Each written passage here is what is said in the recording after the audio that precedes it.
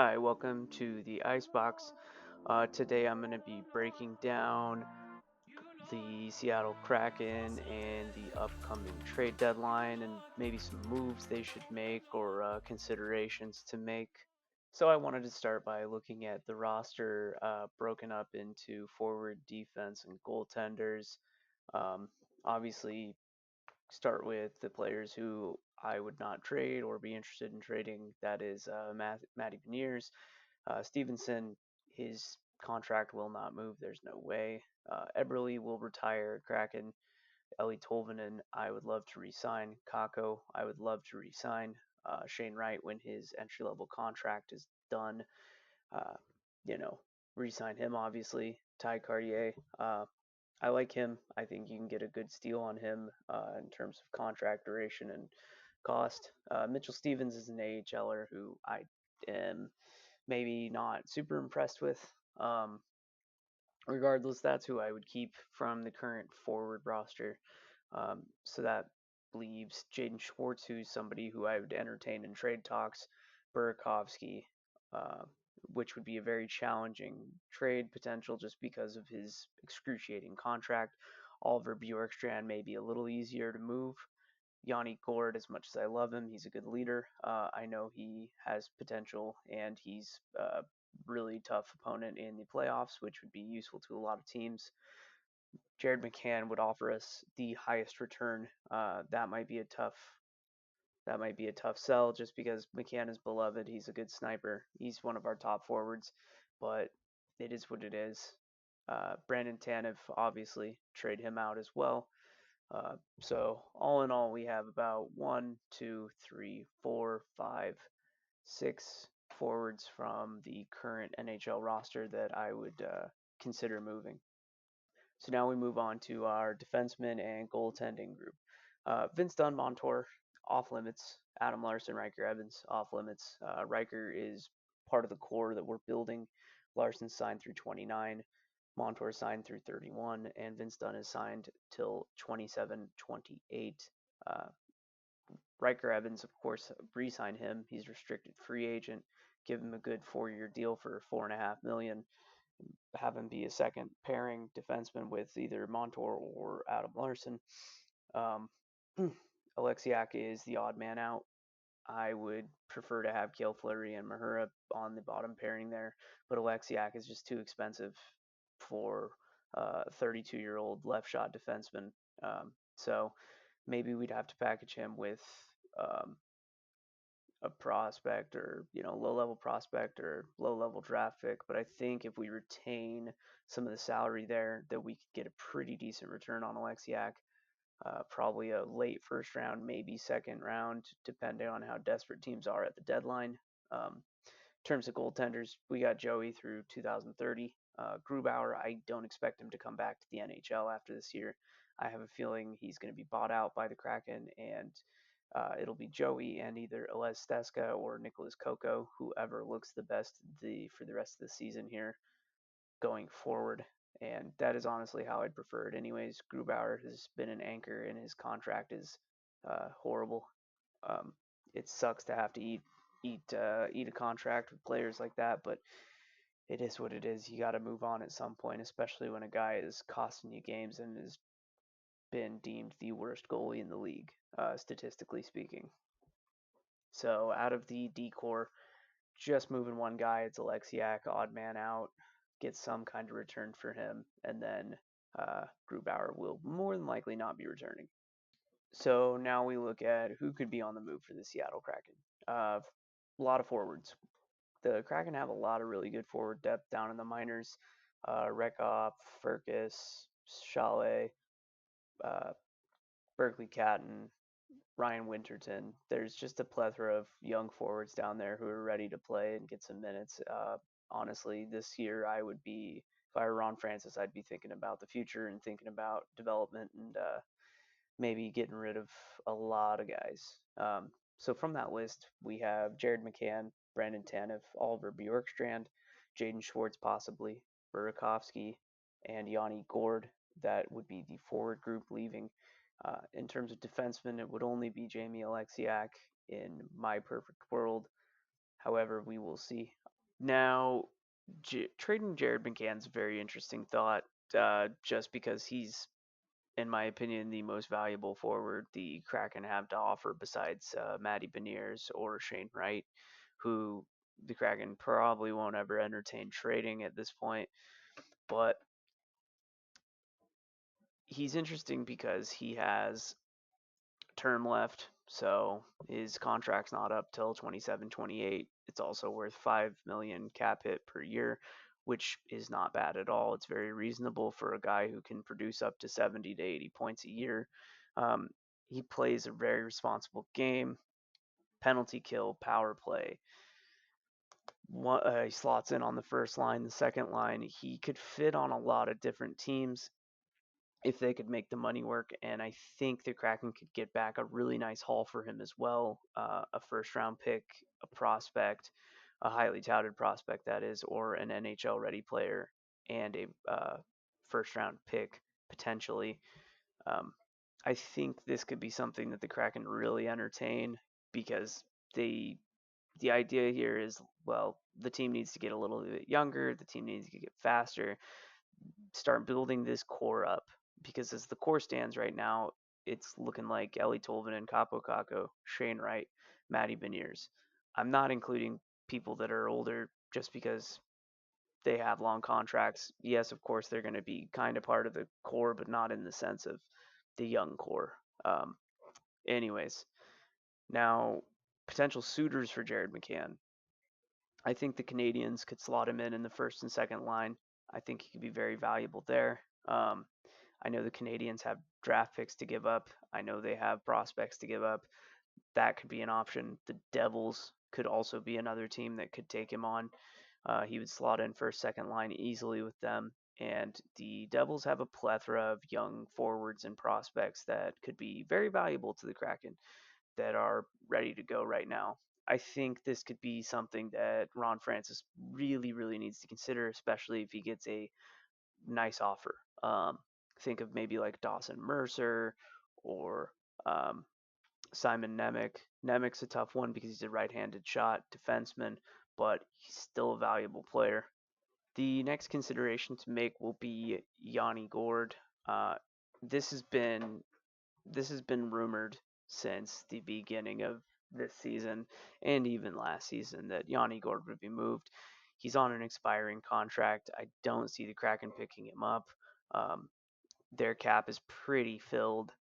It's, even with him on long-term injured reserve as he has been, does the injury take away from potential haul they get back for him? Yes, most likely. However, I still think Yanni Gord can get a late first round pick, if not a second round pick, maybe a pair of prospects, not along with the first round pick. But Yanni just has that pedigree of he's a tough player, he's a competitor, he shines in the playoffs, and that's exactly what teams are going to be looking for at the moment. He's won 2 Stanley Cups, he's a good leader, and I think Kraken would be silly to not move him unless they don't have any good offers out for him, which I highly doubt they wouldn't have any. Regardless, Yanni moves, let some young guys come play, call it a day. The next potential mover I have is Jaden Schwartz, and I like Jaden Schwartz a lot. I don't like him at 5.5 million. Like I said, he has his contract expiring in 26-27, so he wouldn't necessarily be a rental to anybody that is picking him up. However, again, this is similar to Yanni. He plays a straightforward game. He plays two ways. He can be on the penalty kill and the power play. He slotted in on the first line with Maddie and Kako, and they've had really great chemistry, which is where I'm kind of thinking maybe it's not great to trade him, maybe keep him around and let them all play together. They've had really good results, which have been really helpful. I do think a team like Buffalo could potentially be a good suitor for a guy like Schwartz. He's a good leader. He plays a hard game, and Buffalo is full of a bunch of young guys who just can't seem to get it together. Maybe Schwartz could be that glue guy. Same thing with Yanni. Either of those two could fit on Buffalo, and again, they have a plethora of young players to trade from. They have nice picks to trade from. good prospects to trade from. So I think Schwartz, if Ron Francis gets an offer he can't resist, I would move Schwartz. Regardless, if Schwartz doesn't move this before this trade deadline, I'm not upset with it. It is what it is. I think he's been a really solid contributor to the team this year. The next forward that we could potentially move would be Oliver Bjorkstrand. He's signed through 26, 27 at a cap hit of 5.4 million per year. However, he's a very versatile forward. He can play power play and penalty kill, which is very nice. He can probably slot in on the second or third line for just about any team. He's got a really nice shot, right wing. Can play the left wing as well. I like him a lot. I'd love to keep him around. However, there are a lot of young prospects floating around for the Kraken at the moment that just need to get some minutes in the NHL, in my opinion. Um, with that being said, I mean, a team like the Devils, Montreal, Minnesota, uh, even maybe like Buffalo, just to have an older veteran leader hanging around as well, kind of like with Schwartz, I think could be very beneficial. I do think a guy like Bjorkstrand probably gets back a second round pick, third round pick, or prospects, either or. Kraken are lacking in defensive prospects, so realistically, a defensive prospect would be wonderful. The Kings could even probably take a stab at Bjorkstrand. I'm not sure how the Kraken feel about trading within the division, but it is definitely something to look at. And again, it's the same old story. We could retain, the Kraken can retain a little bit of the salary for some of these guys, and Bjorkstrand is one of them as well, and that might make them even more desirable in a trade. Probably going to be the most evident trade on here on this list is going to be Brandon Tanev. Tanev's contract expires this year, so he will be a rental with a cap hit of 3.5 million. I fully expect the Kraken to retain roughly 50% of his cap hit when they move him this year. Um, he's certainly not worth 3.5. He might be worth 2 on a good year. But regardless, Tanev plays a responsible game. Again, he's on the penalty kill. He plays 4-on-4. He eats up those minutes that a lot of guys can't.